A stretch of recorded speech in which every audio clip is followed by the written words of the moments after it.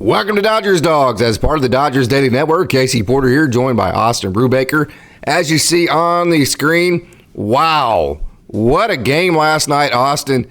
Just incredible to get back home and to have it in the way that it did. ThayronLiranzo is fantastic. A huge night for ShoheiOhtani, at least a huge home run. Huge hit from Freddie Freeman and Will Smith to get it all tied up. Just a great way to get out of that road swing, get back home in front of your fans, and get everything going. It was a great moment. Yeah, it was a great moment. You saw the big time moment with the Shohei home run to give the Dodgers the lead late in that game when they had given up the lead. You got to see the walk-off from TeoscarHernandez. Just a lot of great, exciting moments from the game yesterday that gets you excited about this Dodgers team and their ability to come up in the clutch. I think that's kind of the key takeaway that I had from the game yesterday is just those big moments. The Dodgers' big-time players were able to step up during those moments. And even when they got down a little bit against the team, the defending National League pennant winner, they were able to go up, step up, and able to win the game for them. That was great to see. Just 3 for 11 with runners in scoring position. And I've said several different times, I kind of set the metric for starters at 6 innings. That seems to have been a magic number. I've set the at-bats with runners in scoring position for this Dodgers team at 15. That may be a little bit high, but I don't think it is.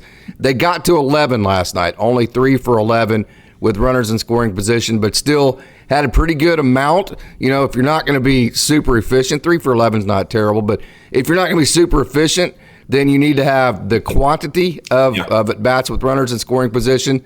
The Dodgers were kind of in the middle of those. They weren't super efficient, but they weren't terrible with runners in scoring position. They didn't have like a million at-bats with runners in scoring position, but they had enough to add some.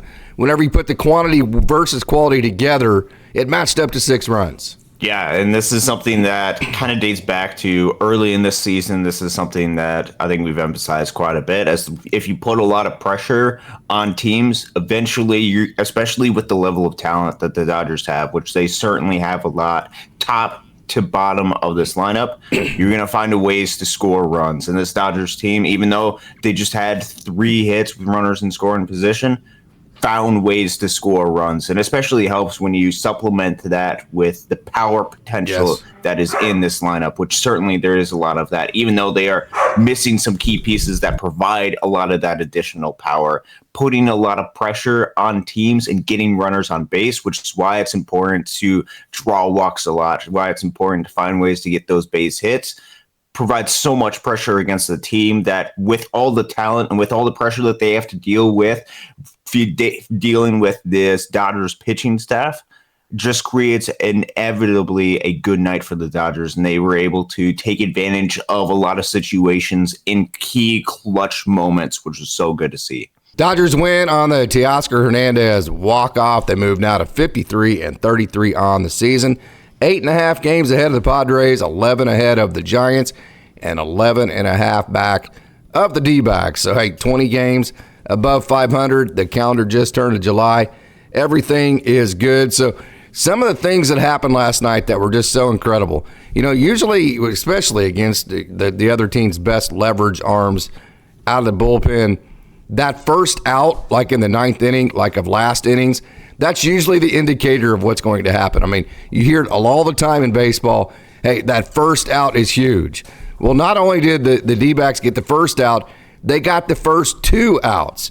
And so to come back and to get 2 doubles back-to-back, Will Smith, Freddie Freeman, like you did, I mean, that's just so improbable that it's just, that's what makes it that much more exciting, though.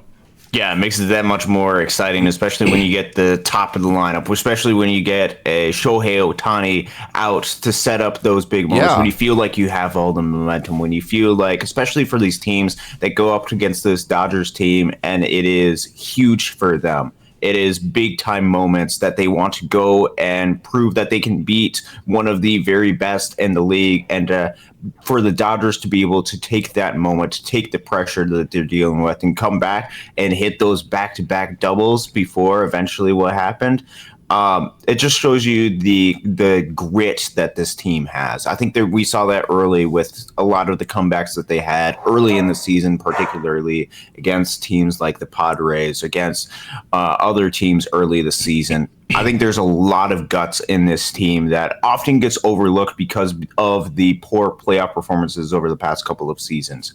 These guys are phenomenal players. I think they can be those clutch type of hitters for these big type of moments when you would need them, and they proved that last night. Yeah, I think Dodgers fans a lot of times think that the Dodgers aren't clutch in certain situations because no team is clutch. I mean, when you're talking about the best arms in all of baseball that are only having to come in and throw one inning at a time so they're able to max out, no team regularly comes back from deficits like the Dodgers did last night. So I think this is exactly right. You have to look at it, understanding that those types of moments very difficult to come back from. You have to look at it not necessarily from the Dodgers come back and win every single time. It is how much better are you in those situations in comparison to other teams, which might be a little bit difficult to figure out that kind of stuff, but that is what you have to base those comparisons on. And I think the Dodgers have an ability better than a lot of other teams to be able to come back in those situations. Hey, they need a WRC plus for comeback wins, don't they? Oh, yeah. They need WRC plus for everything. Okay, 12 hits. You had 6 RBIs. All of your top 5 hitters had a hit. The top 4 hitters had multi-hit games. So that's going to be a pretty good offensive night usually whenever that happens. And then you remember the walk-offs, but it's kind of like whenever something exciting happens at the end of the game. Coach Holt says it all the time. That was just the last play of the game. So you don't want to overlook, hey, earlier in the game, I believe it was like the 3rd or 4th inning, ThayronLiranzo hits the ground ball, should have been a double play. He busted out of the box, and, I mean, he hustled his way into getting to first base and getting that run in. Yeah. That was a huge run. Then you forget about the walk right in front of the ShoheiOhtani home run from Gavin Lux. That was a huge play. So don't want to forget all the big plays that happen along the way. Oh, yeah. No, those small moments that each one of these players have, every time that you go up to bat and your goal is to win it, your goal is to win this at bat and try to set up something, do the little small things right. Those can compound itself really nicely, especially when you have a team that has as much potential as the Dodgers do, especially when you have a guy like a ShoheiOhtani coming up next to bat, when you're Gavin Lux, when you're the bottom of the lineup and you're able to transition it to the top by just getting on base, just doing the small little things, or like TeoscarHernandez did, when he hustled out of the box and prevented the double play from happening and was able to drive in that run. Those plays often are the difference between games, and that proved huge last night, drawing the walk, getting on base, hustling down the line. Small key moments still make a huge impact on the game of baseball, which is why the fundamentals are so incredibly important, and the Dodgers took advantage of that. You call them margins. You call them the margins in the game. Hey, hustling out a double play. May not seem like a huge deal. Of course, it did there because it scored a run, but, a walk. Sometimes walks seem harmless. Those are small parts of the game that add to your positive margins, that whenever you add enough positive margins to the end of it, you end up winning games that you shouldn't, and that's exactly what the Dodgers did last night. So the D-backs, they kind of used the Dodgers' own medicine. They had the opener last night with Mantiply, and then with Ohtani getting the hit. That was an impressive hit on that little slider down and in where he just kind of went the other way with it. By Ohtani getting that hit, that allowed Mantiply to get through the 3 hitters, and they were able to bring in Ryan Nelson to face ThayronLiranzo, and I just have no idea. I mean, you have a pitching change, and I guess your game plan is to throw ThayronLiranzo fastballs right down the middle, and that's exactly what Ryan Nelson did. I know Ryan Nelson is a huge four-seam guy, but gosh almighty, I mean, he just served ThayronLiranzo 2 cookies. Teo was able to take advantage of the second one. Lucky, I mean, honestly, Ryan Nelson's lucky that the ball that those two, one of those 2 pitches isn't still like orbiting somewhere around the moon, because that one I just was still scratching my head that you have all this time to make a pitching change and come up with a game plan, and you throw 2 fastballs right down the middle, and ThayronLiranzo gets the Dodgers on the board. That was a crazy segment to me. Oh, yeah. You start off with the opener, which I totally get from the Diamondbacks' perspective, especially if they want to have lefty face off against both Shohei and Freddie Freeman. But to come in and just throw those pitches, I mean, I'm not going to complain about that game plan at all. Yeah. I think it was just a lack of execution. I love the opener idea. Mantiply against Ohtani and Freeman. I thought that was a great idea. I just couldn't believe the pitch sequencing, first of all, just to throw fastballs to TeoscarHernandez. And then, of course, you're talking about Ryan Nelson, who has to ride the top of the zone. But he doesn't have a whole big, long margin for error, which is why his four-seam fastball has been getting hit all year. So, I mean, like, if it's not perfectly at the top of the zone, it's just so hittable. And, hey, that first run, it's always a huge run. And so that whole sequence gave the Dodgers that first run, got them on the board, got him a little bit of momentum, and as you said, got BobbyMiller settled in a little bit. I thought that was huge. Hey, I really feel like BobbyMiller turned a corner, not necessarily in his career, but for this year, the way that things have been going this year, this felt like a corner turner for many different reasons, not just the 5 innings pitched, 4 hits, 2 runs, 4 strikeouts, and 3 walks. But he had several different sequences in particular, and then several different moments, like whenever he had to work out of the bases loaded, nobody out after he'd given up the home run to Christian Walker after he served up a cement mixer slider, which happens, by the way. So he had some moments and some sequences that, to me, showed a lot of growth and kind of showed that, hey, BobbyMiller might have turned a corner last night for 2024. Yeah, it's going to be very important to watch for the Dodgers. We talk a lot about what could the Dodgers do, and something that has become more of rumors as of recently has been the side of pitching. It's because we haven't seen the effectiveness that we've wanted to from guys who have been out quite a bit. And BobbyMiller is one of these guys who is now healthy. Great to see. Hasn't turned that corner quite yet. So we're looking for some of those signs that he's starting to turn that corner. We got to see a little bit of effectiveness early in this game. Obviously, started off the game with 3 scoreless innings. 4th inning is when he ran into trouble. And I think in the past, during this season, we've seen some of those innings continue to compound, and he was not able to escape it at all.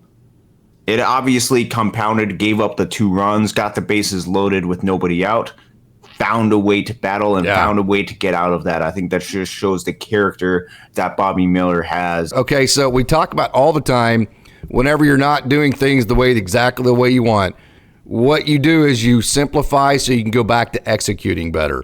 We saw that with the Big Maple, which worked a couple of times ago, didn't work the last time. Last night, heavy 4-seam for BobbyMiller. We've talked many different times, Austin, that, hey, yes, he can hit 101, 102, all that, but his fastball probably isn't his best pitch. You're talking about his changeup maybe, or sometimes his curveball being such a great pitch. But you know what? Last night he said, to heck with it. I'm going to throw my fastball, and then I'm going to throw my 4-seam, and then also my sinker. I'm going to simplify this. I'm going to work on location. I'm going to work on trying to get the ball at the parts of the strike zone that will make me successful, and I'm just going to see what happens. I'm going to let the chips fall where they may. And I thought that was a great game plan for BobbyMiller, really relying heavily on both mainly his 4-seam, but his 4-seam and his 2-seam. Yeah, no, and that simplifying approach, as you had mentioned, sometimes can lead to some of the better results. You know, your fastball is legit. It's going to be tough for any hitter to go up against. Especially if you locate it properly. Especially if you locate it, yeah. And finding that location is key. Sometimes taking small steps can lead you to adding additional things a little bit later. And I think for BobbyMiller, if he simplifies it like he did last night and then slowly starts to implement the other great off-speed pitches that he has, it's just going to continue to add and build to his pitch mix. And we're going to start to see some real momentum for BobbyMiller. Now, he was able to pitch backwards a couple of times and in a couple of big situations, but just from what I saw, and I don't think I'm wrong here, but this is just me just watching with my naked eye and really not doing a whole lot of no research on it. Just my takeaways. Like if I was in the dugout and I didn't have a clipboard on me or an iPad to actually look at all the different pitches he's throwing, the percentages and all that in live time, this is what my evaluation would have been. So what was great about Bobby Miller, we talked about, he went back to just trying to locate the fastballs in spots that were advantageous for him, because his fastball is good enough. If he just locates, it's going to be hard to hit. So the way that he was able to hit every location on the strike zone, up, down, outside, inside, is that, to me, he used the right turning sinker to command the arm side of the plate, the inside part of the plate to right-handers. And then he used his four seam to hit the top of the zone, the bottom of the zone, and the glove side part of the zone, the outside part of the zone to right-handers. That's a really, really, because see, what the thing is that sinker is coming in on the hands of righties. And so that gives him margin for error to where guys are way less likely. He's less likely to leave a hanger out over the middle of the plate that's going to go 500 feet when the ball is moving in on the hands. And he's always been good at hitting that glove side corner with his four seam, and then obviously up and down the zone. So I thought that combination of commanding the inside part of the zone with the sinker, all the other parts with his four seam, I thought that was a brilliant plan by Mark Pryor, at least the way that I saw it last night. Yeah, and you combine that with the intensity, you combine that with the emotion that Bobby Miller is able to pitch, the way that he concluded his outing yesterday, getting that big time strikeout, and then just against Christian Walker, and just being so excited about that. He pitches with ferocity. So some particular, before we move on to the bullpen, some particular sequences that were super exciting for me. If you go back to the Alek Thomas walk, Bobby Miller threw some really nice pitches for him. He threw 2 curveballs back to back. Hey, give Thomas credit. I mean, that's what you do as a hitter. He spoiled him. Yeah. And that pissed Bobby Miller off to the point where, quite frankly, on ball 4, he just threw that four seam as fast, as hard as he could, overthrew it. It was ball 4. It's just typical power pitcher stuff. Like, you little sucker, man, how did you freaking hit that curveball? That kind of, how'd you do that twice, right? Yeah. To me, it looked like he got frustrated with that, overthrew his four seam, and walked Alek Thomas. And then this is what got really exciting for me. So the next hitter, Austin, a lot of young guys, especially power guys, whenever that happens, they're just going to try to throw it harder. But not Bobby Miller last night. So he started Perdomo off by throwing him a curveball and pitched backwards to Perdomo after he had gotten frustrated on the walk to Alek Thomas by him fouling off a couple of curveballs. So little games inside the games show me that Bobby Miller, we've always talked about, he's one of the most competitive human beings on earth. He wears his emotions on his sleeves. But little sequences like that show me that he's maturing into a major league pitcher that can execute through frustration. Yeah, and that's an important part to Bobby Miller. He's going to go out there, he's going to be excited, he's going to go out there and play with emotions quite a bit, but being able to have the maturity to see through that, the maturity to fight through that, this was important to see for him. It's almost like Will Smith went, okay, well, there's Bobby Miller overthrowing his four seam. I'm going to go ahead and end all that right now, and I'm going to force this guy to pitch backwards and throw his curveball again. I don't know that that's what Will Smith was thinking, but I know that's what I would have been thinking. Okay, well, he just overthrew his four seam. So, hey, let's get him calm back down. I'm going to force him to calm down by making him throw something else. So I thought, not only just the execution of it, but also the thought process behind it. Of course, I don't know that's the exact thought process. That would have been mine. That's what it seemed like to me. But, hey, the bullpen. Let's start with Daniel Hudson. Daniel Hudson, how good has he been this year? 1.82 ERA. His whip is 0.81. He's given up just 1 earned run in his last 20 outings. That is 19 1/3 innings. We said all offseason, we'd heard that bird chirping that Daniel Hudson was going to be a big part of this team, and man, has he been. Yeah, he has been nothing but clutch for this Dodgers team. He has been nothing but effective, which for a veteran guy who's getting towards the end of his major league career, he's going out in an absolute fight. It's really great to see. Dodgers had a lot of their ace type of relievers on the mound last night, and a guy like a Daniel Hudson to go out there and pitch a scoreless innings to settle things down and transition it to the bullpen after getting 5 innings from BobbyMiller. Really important to see. He's getting a lot of strikeouts. He's being effective on the mound. He's been so absolute good for this Dodgers team this season. Yeah, you talk about two competitive dudes back-to-back. BobbyMiller and Daniel Hudson, they are both intense. Alex Vesia, 1.43 ERA, whip of, well, I don't have that written down properly. I'll get that to you here in just a second, but a very good whip. Let's put it to you that way. He's given up just 2 runs in his last 14 outings, which is 14 1/3 innings. Blake Trinan, hey, I was watching the broadcast the other day. I can't remember which one it was, and it was an awesome stat. He's given up runs on 2 hits all year. He gave up obviously the walk-off the other night, and then the grand slam about a month ago. Other than 2, to Bailey the other night was the walk-off. Other than 2 hits, that's the only runs he's given up all year. So Blake Trinan has been simply fantastic. And then how about this for Evan Phillips? Evan Phillips, he's given up runs in back-to-back games for only the second time ever in a Dodgers uniform. Ever. This is only the second time ever. You know, when he first came to the Dodgers, his last outing with Tampa Bay, he gave up a run. His first outing with the Dodgers, he gave up a run. Since then, he's given up runs in back-to-back games 2 times. That's it. Wow.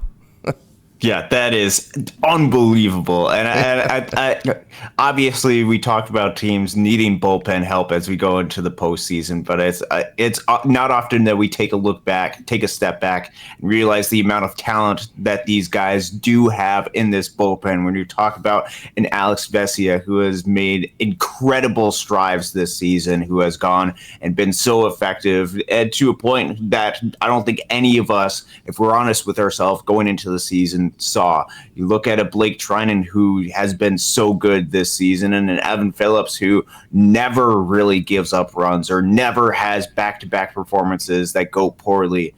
That's going to lead to so much success for the Dodgers, and it has as of recent with Evan Phillips. Those are insane stats, insane numbers with what he's able to do. He's been so good for the Dodgers.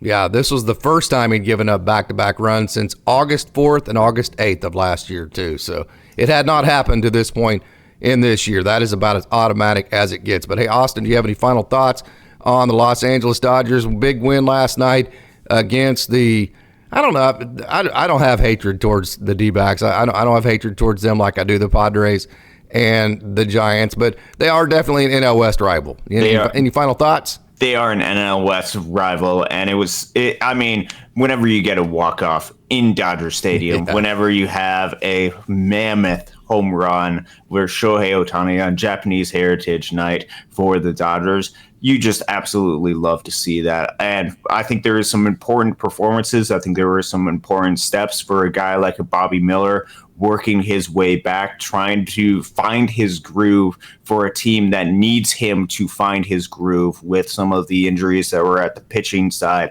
And I think this team has a lot of fight. I've said this quite a bit. I think there's a lot of grit and character on this team that is going to lead to a lot of success going forward in the future. And I think it's just going to play really well from them in postseason type of setting if they're able to play with this grit, this clutch nature. And it always helps when you have guys like ShoheiOhtani and TeoscarHernandez added to what already was a great bunch of Dodgers. My final thoughts, sign Teo. Get him signed up. I love that dude. He's clutch. I love the way he plays. I just love his attitude. So, hey, let's not waste more time, Austin. Let's get right to it, and let's take a trip down the farm.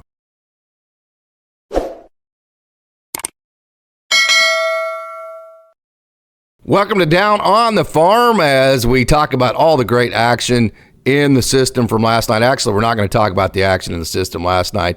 We're just going to kind of cover some of the best performances, some of the leaderboards as far as the statistics go, and the performance. First of all, Austin, want to congratulate ThayronLiranzo and Gerald Perez. Yeah. So last night, the Major League Baseball futures game was announced as part of the festivities for the All-Star break. And it's really cool to see a lot of these guys from the farm who are very highly thought of industry-wide, who have had and put on some really great performances for their respective teams, get recognized and be able to go to wherever the All-Star game is this year. Is going to be in Texas, and just be recognized, play a game with some of the other top prospects in the game. And last night or yesterday, it was announced who would be some of the representative for the Dodgers. There's a lot of great candidates, but Major League Baseball has decided, congratulations, ThayronLiranzo, catching prospect, very highly thought of right now, currently in High A Great Lakes, putting on a pretty good season so far with a 112 WRC plus. I think these numbers actually don't take into account last night's big time power potential, that big time arm behind the plate. He's got a ton and a world of talent. Congratulations, Thayron.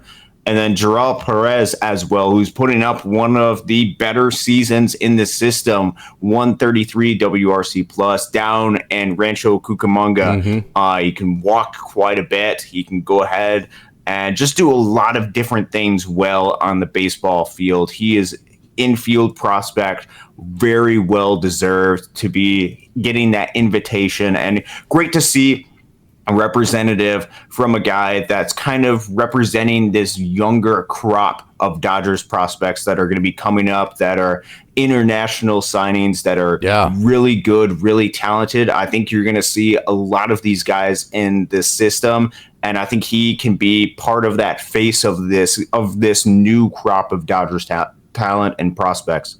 Yeah, Alexander Albertus, Oswaldo Osadio, Jose Meza, who had a big night last night, Jedal Perez, Wilman Diaz, who we've heard about quite a bit in the past, but we forget that he's still young. I mean, he's still in the single A level. And then you have all these arms that Felix Cabrera and guys like that. Jose Rodriguez, who is now up with the High A Great Lakes, with High A Great Lakes, but he has been just absolutely awesome. And then we got to see Luke Fox the other night. He's not an international guy, but a guy out of Duke, Wyatt Corwell, who was, both of those guys were drafted last summer.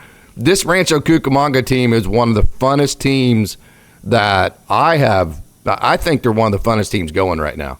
Oh yeah, they're really fun to watch. They got a unique mix of guys that have come from all over the place, that guys that have different backgrounds, that have fought through injury, that are coming to a new country and trying to learn and adapt to the game over here. It is a feisty, competitive bunch, and there's a lot of talent on that team, which reminds you that this system continues to generate and find different guys that are just going to be so much fun to watch and also have a ton of talent. I think with Gerard Perez, ThayronLiranzo, I think they're representatives of, man, there's more coming in this system, and it is a reminder to the rest of the league of that.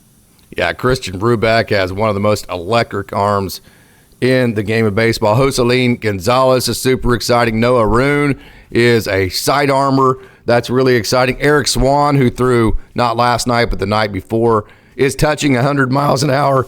David Tiburcio is like 96, 97 with a really nice arm. And then obviously you have Ronaldo Yeen, who hit 104. We covered him yesterday. Christian Zazueta, who had a little bit of a rough outing last night, but a nice arm for Rancho Cucamonga, nice right-handed arm. And then on the position side, you forget you have Jesus Calise, who's been a top 30 prospect in the Dodgers system basically since he entered at catcher. Carlos Rojas is a really nice player. Then you've added back in guys like Sean McClain. You've added in guys like Logan Wagner, who who hit the grand slam the other day.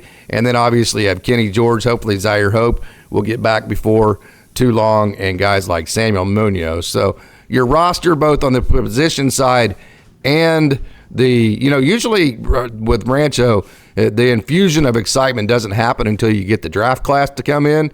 They decided to create that infusion of excitement early by infusing the complex guys. I think that was a great idea. Yeah, that's a great idea. You always love to see the draft guys come in because you're these new fresh guys that are coming out of college, coming out of high school. Usually it's coming out of college that's going to make the jump to Rancho that just go out there. We saw the impact of a guy like a Dalton Rushing when he came up and hit 500, 400, something like that, something ridiculous with power when he got called up to Rancho. They can make a real impact, but also these guys at the complex level can make a huge impact, and Dodgers do a great job scouting and developing players from all over Latin America, and I think this is just a reminder that they are able to do that. Okay, so we're going to go through all of maybe the best performances throughout the entire system, kind of lump them together, just so this will be a little bit more linear, so you can kind of compare, because they're all,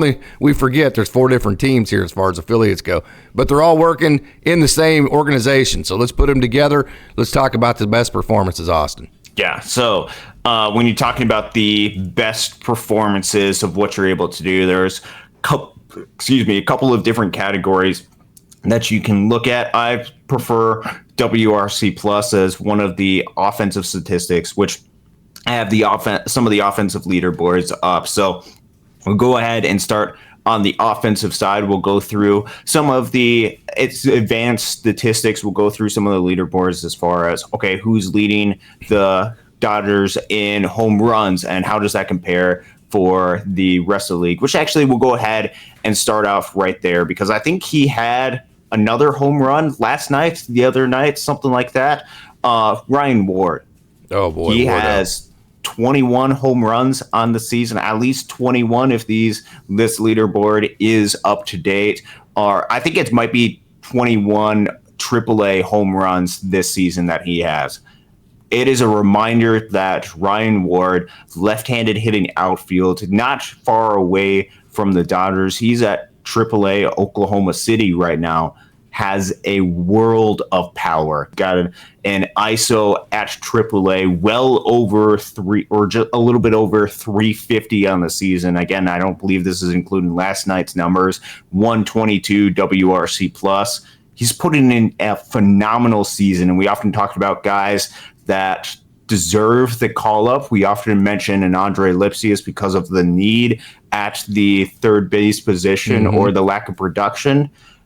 There might not be as much of a need for an outfield at the Dodgers, but Ryan Ward is as much deserving of a call-up with what he's been able to do at the AAA level this season. Okay, where are we going next, Austin? Yeah, so that's the leader in home runs, but he's also trailed behind by 1, maybe 2 home runs from another guy that's been performing so incredibly well down at the high A Great Lakes level, and Chris Newell. If you're not familiar with Chris Newell, outfield prospect he's got a nice, beautiful swing when he's able to make connection with the baseball. And he's made some phenomenal strides this season, just making a little bit more consistent contact, being able to drive the ball effectively. Still has some swing and miss that is part of his game, no doubt about that. But what he's able to do with the world of power, he makes games change on an instant. He draws walks. His walk percentage is 16.5%. And he has 20 home runs on the season. Combine that with 18 stolen bases, you have a big-time power, speed type of player. He can play any of the outfield positions. Primarily, those 2 is what he's played this season. 144 WRC plus on the season. He's been so effectively good for this Dodgers system this season. Just a reminder of what they're able to produce. And you talk about outfield prospects, don't forget about Chris Newell. I think you can probably hear the comparisons to a young Cody Bellinger coming. When people get their eyes on Chris Newell, I just think that's who Dodgers fans are just going to see Cody Bellinger all over again. When they see him hit one of those bombs and they see him kind of lift underneath it and they see the extension through the follow through and then they see the speed and the athletic ability, the body type, I just think Dodgers fans are going to see Chris Newell and Cody Bellinger is going to come right to their minds. Okay, Austin, where are we headed next? Yeah, so I totally agree with that comparison. I think you also have to look at some of the other guys in this system, just looking at some of the other performances. We've talked a lot about what Alex Freeland has been able to do, and it still is an absolute wonder what he's been able to do. Mentioned a lot about his weighted runs above average, which currently sits at 26.6, one of the top 10, top 5 ones in all of minor league baseball. 165 WRC plus from a shortstop that can steal 30 bases a year. Well, he's already almost at 2020. I think he's at 2017 right now, isn't he? He's at something ridiculous. I'd have to double check to see what his actual figures are on the season. I think he's at 17 stolen bases right now, which is on pace to reach another 30 stolen base type of season. He's already had 9 home runs during his time at the AAA level. Currently on the season, or at the AA level. Yeah, he's currently at AA. On the season, both combined Great Lakes and Tulsa, 335 plate appearances on the season, which that is no small sample size. That is a significant sample size with a 165 WRC plus. I wrote about it in the offseason, which another player that's having another good season, Austin Gauthier, 134 WRC plus, walking 18% of the time. Going back to Alex Freeland, I mentioned a lot about different research about just having one season with, I believe it was 400 plate appearances, 150 WRC plus, and what that's able to do for a major league career. We're getting really close to Alex Freeland having 400 plate appearances, really solid defensively at shortstop, a guy that can steal bases, a guy that has that good gap-to-gap power and can drive it out, as we've seen in Tulsa. You're making for one of the better prospects in this system. And don't be surprised once you look at some of these lists that come out, Alex Freeland should be towards the top of those lists. And if he's not, then people aren't paying attention to the numbers that he's putting up.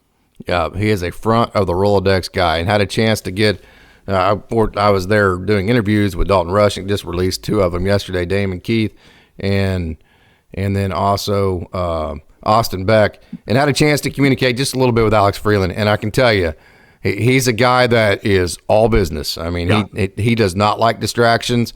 He is straightforward. I mean, his path to the major leagues is linear. There is no pit stops. There are no right turns. There are no left turns. I just got that, kind of like the Ricky Vanasco last year that I kept talking about. I just got that, oh, damn, I'm not even going to bother this guy because this dude's on a mission. I mean, that's the type of focus, that straight line focus that I got from Alex Freeland when I was around him. Yeah, no, that is absolutely, he's determined beyond belief. I got to say, though, just looking at some of the leaderboards, some of the stolen base leaderboards, I think he's up to 28 stolen bases right now. But I'd really thought Taylor Young would be at like 80 stolen bases. My man, Ty, baby. I know. He currently leads with, I believe, 28, because I think he has had his 28th. This isn't updated quite yet, but he's leading in stolen bases. He's still incredibly efficient at stealing bases, but he's not trailed too far behind with a guy like a Drew Avens, who I didn't check to see if he had any stolen bases last night, was at 25 entering last night's game. With as many caught stealings, and a guy like a Dylan Campbell, who can do a little bit of everything, outfielder at the high Great Lakes level, has 24 stolen bases and only 3 caught stealing. I told you about him, man. Oh yeah, he's an explosive type of player that can do just about everything. So a lot of guys that can steal bases, a lot of guys doing things right. You also talk about guys that performed really well down at like the complex level that have earned promotions up to Rancho, like an Alexander Albertus, who walked more than he struck out down there and performed incredibly well. Talk about guys like a Dalton Rushing's performing really well, still with a 136 WRC plus. A Josue De Paula entering last night's game had a 131 WRC plus, and I had a chance to see him twice now in action. And even if the ball isn't landing, like there's a line drive that he hit to the outfielder, and there's a little bit of a different sound that comes off of Josue De Paula's bat. He's exciting to watch, and he's going to continue to go forward. And we've even seen other guys have great performances this season, like Bubba Ali's having a great season down there with a 123 WRC plus. So a lot of good talent on the offensive side of production for this Dodgers system. So that's so good to see. It absolutely is. Okay, so let's hit on the pitching now. Some of the best, of course, Ronaldo Yin hit 104. I think at the top of the list, as far as guys that just kind of made you turn your head, would be Edgardo Henriquez. But take us through the pitching, Austin. Yeah, you mentioned Edgardo Henriquez. We're looking at Dodgers pitchers who have pitched at least 20 innings this season. That sets at least a little bit of a baseline for what we're looking at.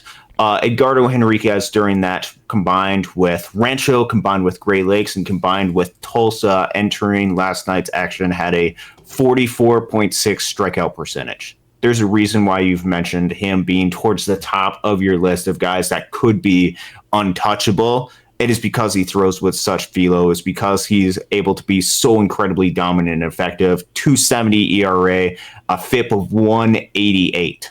Unbelievable for Edgardo Henriquez.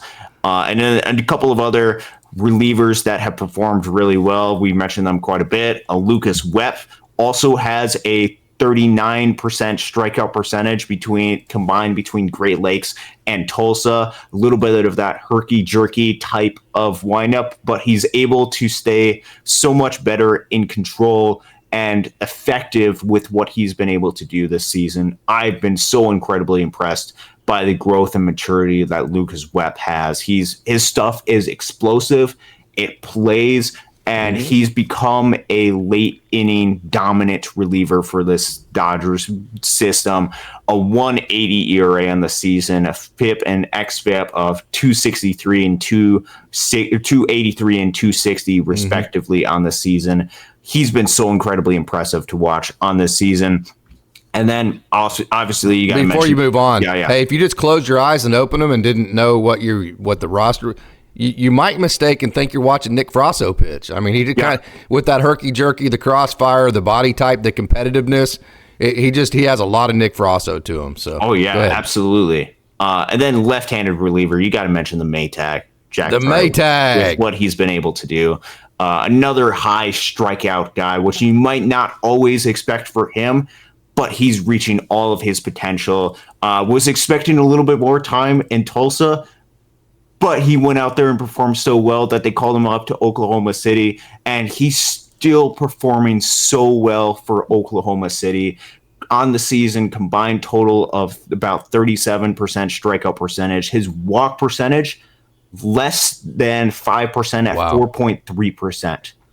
That is going to play. And you combine that with the effectiveness, you combine that with the 0.86 ERA he has on the season, FIP and XFIP not far behind at 2.28 and 2.55.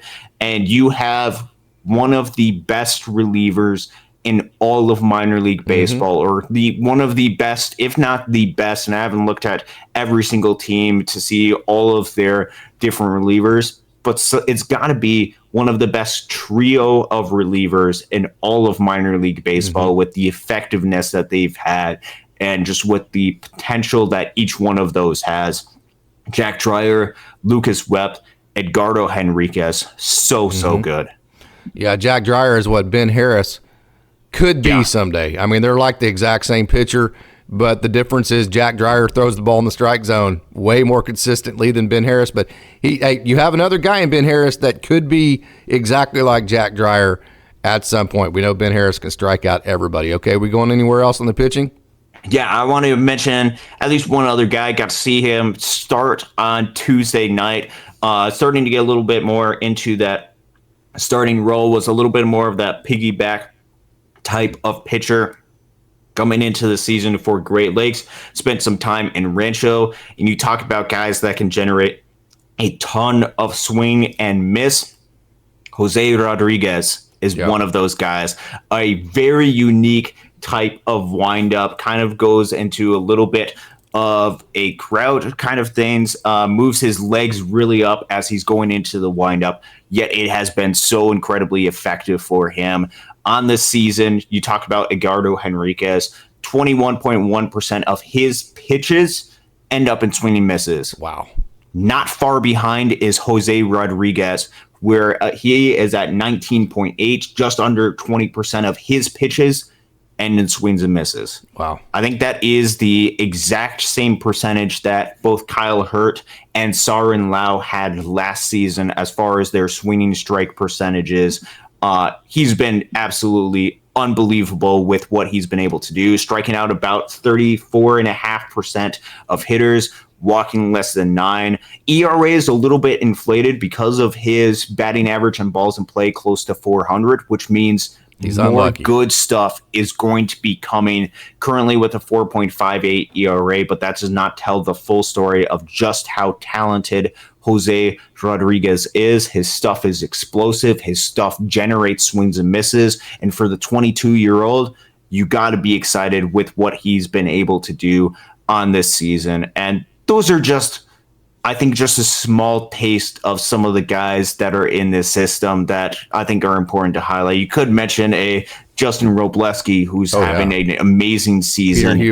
Peter Hubeck, who's striking out just about everybody. Jared Karros, who, when he was at high Great Lakes, and even when he was getting his run at Tulsa, just performing so incredibly well. Jackson talking Ferris, about Jared Karros? That's who you're talking about? Yeah, Jared Karros with what he was able to do. Jackson Ferris has shown stretches of absolute explosiveness to where you can see a reason why they were able to go ahead and trade for him during the offseason. Jeremy Rosario, who showed, especially during his run at Great Lakes, why just the incredible growth and maturity that he has. There's a lot of guys. Ben Kasparius was good till he went on the IL. Very good. Absolutely. Yeah. And then even just a guy like, I know, just looking at some of the strikeout numbers, a guy who's a little bit, who was at the complex level, but guy who could be somebody to keep an eye out for, I believe now might be, or spend at least a little bit of time in Rancho.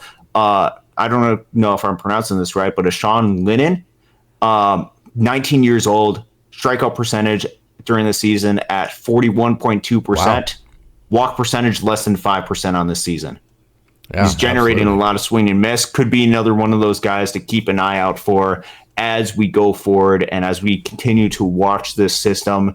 And while we're in the second half of this season, start to see a little bit of some of these teams make some runs, make some stretches, hopefully for some playoff bursts. That's going to be some exciting action to watch. Just a little bit of the state of the farm system down here, as though the action last night wasn't great, although there were some exciting moments. Diego Cartaya had a really great performance last night in Oklahoma City. I believe had his first home run at the AAA level. That was great to see for Diego.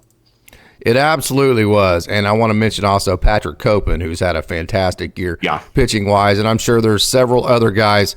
Chris Campos, he has been super fantastic. Got to see him the other day as well. So, hey, there's been a lot of great action down on the farm this year. Austin, thank you so much for joining this morning. This has been a lot of fun. Got to talk about all of the wonderful prospects and then got to talk about a big walk-off victory against an NL West rival in the D-backs. So thanks for joining, man. Thanks for having me, Case. Hey, I want to thank everybody else for tuning in. You guys are absolutely the best. We had 1,000 views on our Down on the Farm segment yesterday. How about that, Austin? Oh, that is so exciting to see. I know sometimes you might not know every single one of these guys. Like you might not know every single one of the guys that were mentioned today. Might feel a little bit overwhelming, but I think that is because this system, it just develops so many great guys that we got to try to highlight as many as we possibly can during the short time that we're able to have. And it's just great to see these guys have a lot of success this season. It absolutely is. And I didn't even release the video till like 3 o'clock my time. It would have been like 1 o'clock Pacific. So, I mean, usually you have a window between the time you release it and when the Dodgers start. And then once the Dodgers start, it's over. Whatever views you got, that's what you get. And so I was just so proud of that video for going over 1,000 in that short window that I gave it. And so for that, I want to thank all of you out there for tuning in to Dodgers Daily and making this channel grow. So, hey, thank you so much for tuning in. And until next time, go Dodgers.